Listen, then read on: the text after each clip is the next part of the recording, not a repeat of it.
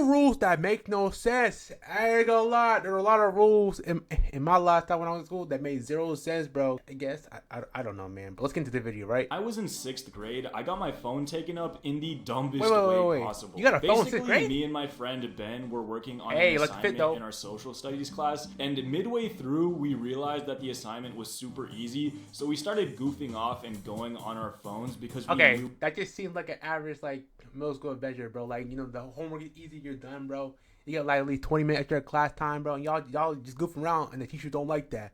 They hate when you have fun, bro. They hate when you have fun. Minutes of class, but then our teacher walked over to us and told us that we were off task and that we needed to finish our assignment before we went on our phones. And we were like, "Oh, okay, no worries." So we proceeded to finish the assignment within the next 5 minutes, turn it in, and then we went back on our phones because we were done with all of our work. Hey, they got free time. But then the teacher walked back over to us. See, she just being a hater, bro. Cause she realized y'all having fun. Y'all did your work. She on dick for what reason? And bro? said, "Hey, you're not supposed to be on your phones." Said and who? we were like, "No, we finished the assignment." And she kind of took a step back. But at this point, some other kids were looking over at us, and I guess she didn't want to seem like we were undermining her authority in front of other students. So she immediately took a step forward and said, "I don't care. I'm gonna need your phones." And me and Ben looked at. I said you would. No, I ain't gonna lie. I probably would have hit in the phone, but right now, bro, I wish you would. I did my assignments. I ain't bothering nobody. Get off my. No, I'm joking. Each other like, what? Like, we seriously couldn't believe what we were hearing, but she was the teacher, so we had to listen to her. So we reluctantly gave her our phones, and she sent them to the front office, and we had to go and get them at the end of the day. And the entire situation just felt so pointless. Like, me and Ben still vividly remember this incident till this day, and this was almost a decade ago. And if that wasn't ridiculous. Hey, chill. He's not that old, man. He's probably like what? I'm gonna do the math. Like 21, right? He's my age. He's my age. Okay, chill. My school proceeded to ban phones the next year, which I talked about in this video right here. I just think it's kind of. You know the funny thing? When I left high school, bro, they immediately banned like phones and ChatGPT, bro, because we abuse that shit, bro. Kind of annoying when teachers will flex their power for no apparent reason, and when my actual teachers do it, it's one thing, but it's even more annoying when subs will do it. Like, I understand that students will mess with substitute teachers, so they might feel the need to assert themselves, but a lot of times they're just doing way too much. Oh god, we do not care, bro. In 7th grade, we had a substitute teacher in my first period science class, and I remember it was winter time because I was wearing a puffer jacket indoors because I run pretty cold, especially in the mornings. But as soon as I walked into class, the sub was like, "Hey, you better take that puffer jacket off right now."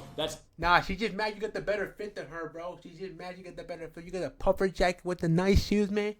She's just mad you got a better jacket than her. Straight simple. Outdoor clothing. We don't play that indoors. I was like, what? I was in disbelief. You see, I went to public school. There was literally no dress code against wearing a puffer jacket indoors. You don't think for no reason, buddy. I don't know what this guy was on. He was mad rude for no reason. It got to the point where he was rejecting people's requests to use the restroom. I mean, it was so ridiculous that it started to get... I think he even got hurt a little bit or something, bro. I don't know. He was power tripping. That's all I know, bro. It's power tripping. That's all bro was doing, bro. And I would have laughed if I wasn't clattering my teeth because I was freezing my buns off. But for me, one of the most memorable substitute stories happened when I was in 12th grade. My English teacher had gone on vacation with her family, and we had this old woman as a sub. She was one of those retired teachers that would sub to keep busy, and she seemed nice enough. I had one of those teachers, bro, and we read The Kill a Mockingbird, and the part came out when she subbed. Of course the part came out when she subbed. At first, but she would also do really weird things. Like, she would go on these long, rambling tangents about the British royal family, and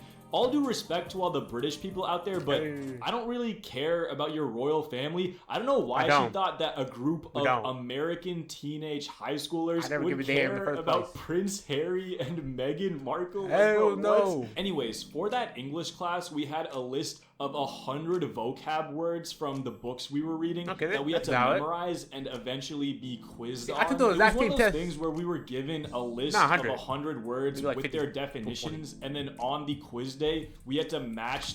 These tests right here, bro, I took these in high school for like history tests too, bro. So it's like find the word that matches with the word. You gotta put the letter correctly, bro. I hated those shit, bro.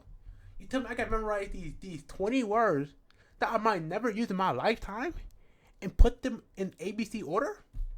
Get out of here. That is not a useful skill. Words to the definitions. No. It was kind of pointless because it was literally just a game of briefly memorizing the words and their definitions and not really understanding how they're used in their context. So as soon as we took the quiz, I forgot all of them. And just so you know, I got 100 on all of those vocab exercises, and 3 years later, I don't remember a single one of those vocab words. So clearly that exercise helped. Anyways, some people would try to cheat on these exercises by keeping their phone in their lap with a full list of vocab words on it and would peek periodically and write the answers down. Now, this was very risky because the teacher would be vigilantly looking out to make sure people weren't cheating. But since she was on vacation and we had a sub, I guess this one dude in the back of the class thought it would be a good idea to try to have his phone out during the quiz. But I guess this old sub was trying to prove that she was old school and tough because she went full TSA mode. I mean, she was walking in between the desks just staring at us. I mean, it was hard for me to... You ain't gotta do all that. You ain't gotta do all that. I understand we cheating, bro. But studying for like 20 to 100 words, it's kind of OD. And you give us like, what, 3 days to memorize that shit? I'm gonna have to pull out the phone there, lady. Focus with her looming over my shoulder. But then, around halfway through the quiz, as I'm locking in, I just hear... coming from the back of the class. Everyone turns back, and it turned out the sub grabbed the quiz off the guy who was cheating's desk as loud as possible for some reason, and she shook her head and said, "What a shame, what a shame." Here's the thing, like, I understand she needed to punish him for cheating, but her reaction was so weird to me. Like, her tone was so condescending. It really felt like she was looking forward to grabbing someone's sheets off their desk. And she needed attention, man. She wanted all the attention, so I mean, loud as possible, so everybody can just turn their head and not focus on the test, bro. All she wanted for the attention, man. And making this big scene. And the guy was clearly flustered and taken aback, and I don't really care about him, but it was such a goofy move to me because that moment was clearly the highlight of her week. I just didn't like it when substitutes would flex their power for the sake of it like that. The greatest sub I ever had was this old Asian man who didn't speak 2 words of English. He would just hand us the attendance sheet and go sit at his desk and watch YouTube for the entire period. Bravo to that teacher, man, because I would do the exact same thing in class, bro. I'll do the exact same thing in class, bro, because I don't want to be there. You don't want to be there. Let's just goof off, man. Let's just goof off. To the goat.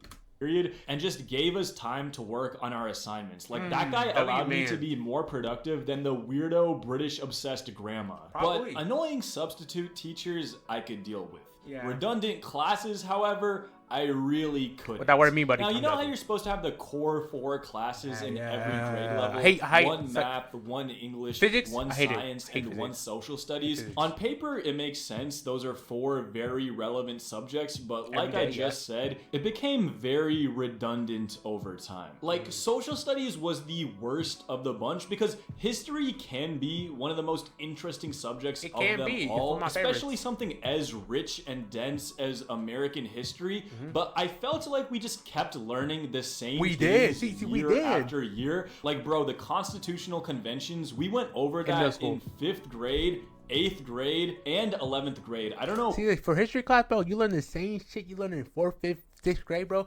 Like you learn in high school, but they add a little bit more, like, depth, like a little bit. Not much. They might add a new name, depending on who your teacher is, or a new person. Besides that, it's the same BS.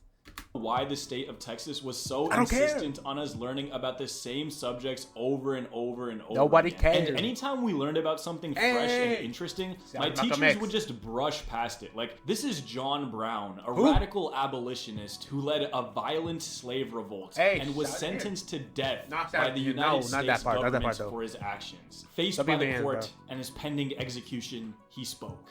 Now, if it is deemed necessary that I should forfeit my life for the furtherance of the ends of justice, submit. So let it be done. My teachers proceeded to call him a crazy lunatic and immediately moved on, you know, after talking about Andrew Jackson for... He's a praised lunatic. What? Yo, that could be some... What?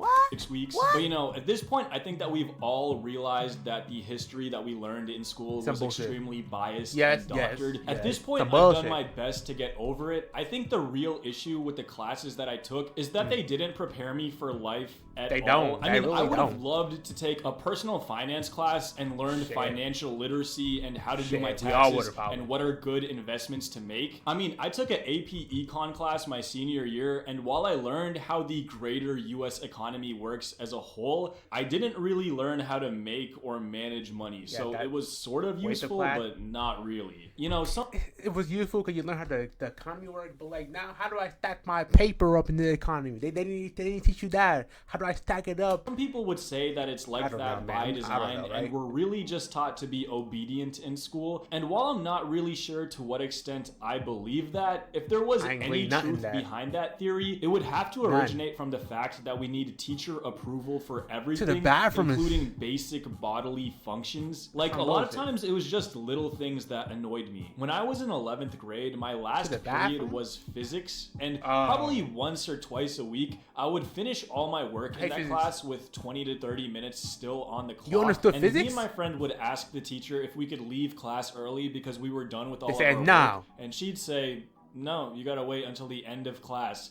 Or you gotta wait for the bell or some bullshit like that, bro. But you gotta sit there for 30 minutes of your lifetime when you could be doing something else in a classroom full glass. So we were just sitting there for 20 to 30 minutes doing absolutely nothing until the school day was officially over. I guess the logic behind that is they don't want unruly teenagers loitering outside before school is over. But my rebuttal to that is, why am I held to the same standard of behavior as this guy who's causing all of the problems? I don't know, maybe it's just me. Let me know in the comments, but I had a lot of strange experiences like that when I was in school. I did, bro. I don't know, a lot of your team teachers had tripping power, bro. If you don't do what they say, bro, or you get a little bit telling them oh, that's disrespect. I'm gonna need your phone.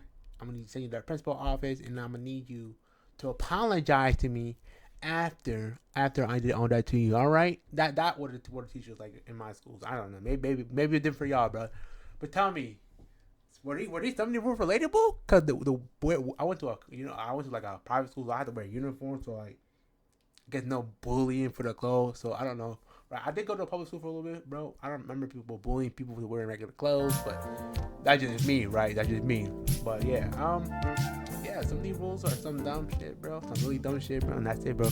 Tell me, what was y'all rules back in middle school or high school? And I'm gonna see y'all in the next video because damn, teacher be wildin'. I'm gonna see y'all in the video. Peace. Nico.